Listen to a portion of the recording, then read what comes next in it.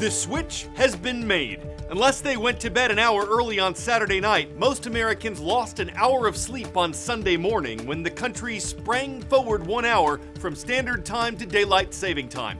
That concept has been around for centuries, but the practice in the U.S. dates back to the Standard Time Act of 1918, which both established the country's time zones and aimed to conserve energy resources during World War I by timing nightfall to be an hour later.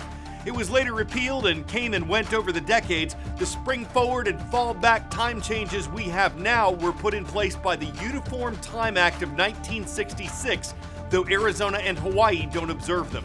Many health officials say these changes do cause problems, upsetting people's sleep and wake patterns, and that they've been linked to an increase in accidents. But will America ever do away with them, as lawmakers have repeatedly proposed? One issue there is that they can't agree on whether to be on daylight saving time or standard time year-round. The U.S. tried permanent daylight saving time in the early 1970s, but it became unpopular in large part because it was so dark on winter mornings when people headed to work and school. So the practice of falling back returned to make the time of dawn closer to when Americans woke up, and we've switched the clocks twice a year ever since.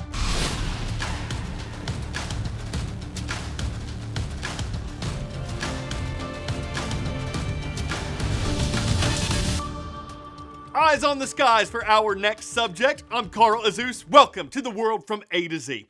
A new report from the Pentagon, the headquarters of the U.S. military, has just tried to shoot down certain theories about UFOs, unidentified flying objects, which is really fun to say in that voice. Officials released a 63-page report that says the military has no evidence of objects or creatures from another place in space, that most of the UFO sightings it reviewed were either ordinary objects and known events or things in the sky that people misidentified.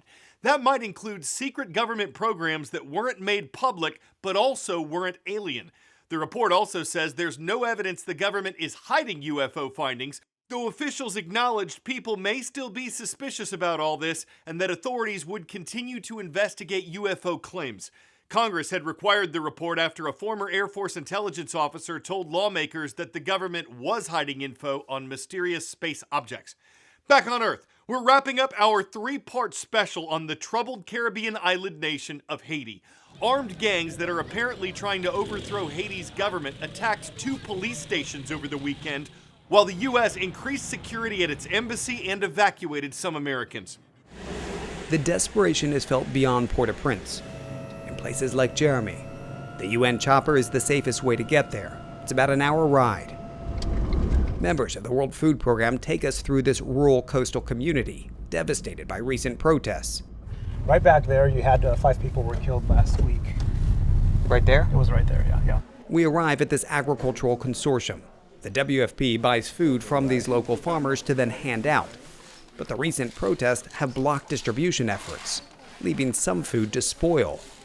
It's frustrating for the WFP officials, as they know you don't have to look far to find hunger here. These farmers pointing to their stomachs, lifting their shirts to us. When you're hungry? A lot of folks will look at Haiti and they'll say, it's had issues for so long. The question that no doubt people in the U.S. will ask is, well, why should we help? Well, there are 2 reasons why you need to help. First of all, it's on humanitarian grounds. But then there's also our own self-interest in the U.S. So the longer you wait to act on Haiti, the more migrants there will be on our southern border. It's that simple. Many here search for normalcy where they can. Even with the threat of violence, missing Mass for some is not an option. They wear their Sunday best and unite in prayer. Places of worship are not immune from gang terror, but they at least offer a moment of tranquility and hope. For now. David Culver, Port-au-Prince, Haiti. On this date in world history. On March 11th, 2020, COVID-19 was officially declared a global pandemic by the World Health Organization. At the time, 118,000 cases of the disease had been reported in 114 countries. Then U.S. President Donald Trump temporarily banned foreign travel from 26 European countries on this date. March 11th, 2011 saw the most powerful earthquake ever to hit Japan. The 9.0 magnitude tremor triggered a tsunami with 30-foot waves and damaged several nuclear reactors, including ones at the Fukushima Daiichi plant that forced massive evacuations. In all, nearly 20,000 people lost their lives. And on this date in 1861, the Confederate States of America adopted their Constitution. It mirrored much of the U.S. Constitution, except on matters of slavery and states' rights. It was abolished at the end of the Civil War 4 years later. Word of knowledge. Which of these countries is one of the 10 nations where the Danube River flows? Hungary, Montenegro, Slovenia, Poland. The Blue Danube winds through nations like Germany, Bulgaria, Romania, and Hungary. Russia's invasion of Ukraine continues. Even where fighting is no longer active, weapons of war leave scars, and Ukrainians have to tread lightly and watch for unexploded ordnances. That includes mines or any type of munitions that did not explode when deployed and could still detonate. Some 540,000 unexploded ordnances had been cleared in Ukraine. A difficult search on land, imagine doing it underwater. Helmet on, ladder lowered, then a team checks and rechecks this diver's gear. It's okay? Yeah. Before he descends below the surface. This is part of a 10-day international military training exercise in Hungary.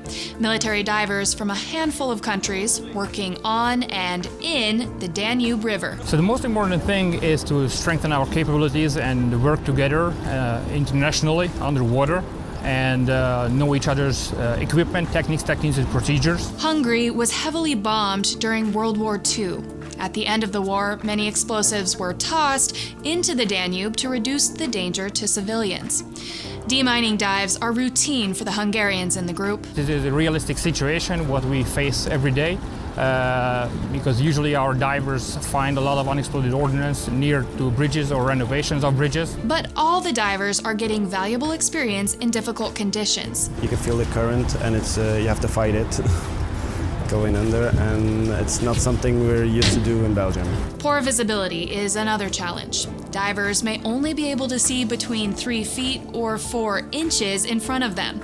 The training also goes over other scenarios, like recovery operations after a boat accident or a rescue during a catastrophic flood.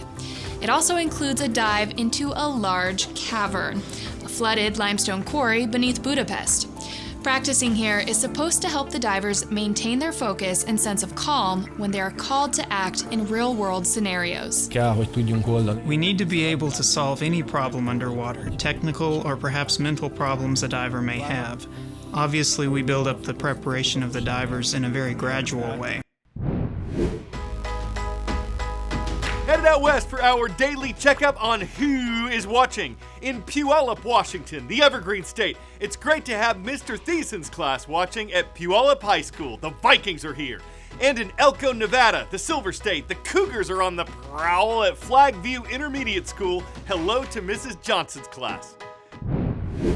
Australian reporter Ursula Hegar was filing a report for 10 News First when she got dive-bombed over and over. Involving a taxi fare on January the 30th last year in Twickenham, an area southwest of London.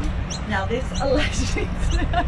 Dive-bombed 9 times. Her own station called it impeccable journalism. At least she didn't get used as a landing strip by, say, a robin or a pet parrot.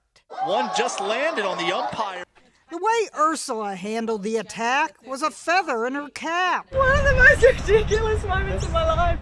Definitely a blooper she should tweet about. She's a rising starling, jaying focused and refusing to sparrow with the mockingbird who committed the cardinal error of robbing her of the spotlight. No one would thrash her for unflinchingly sticking with the job that may just be for the birds. I'm Carl Azuz, and you just never know what'll happen next on The World from A to Z, but it means the world to have you watching.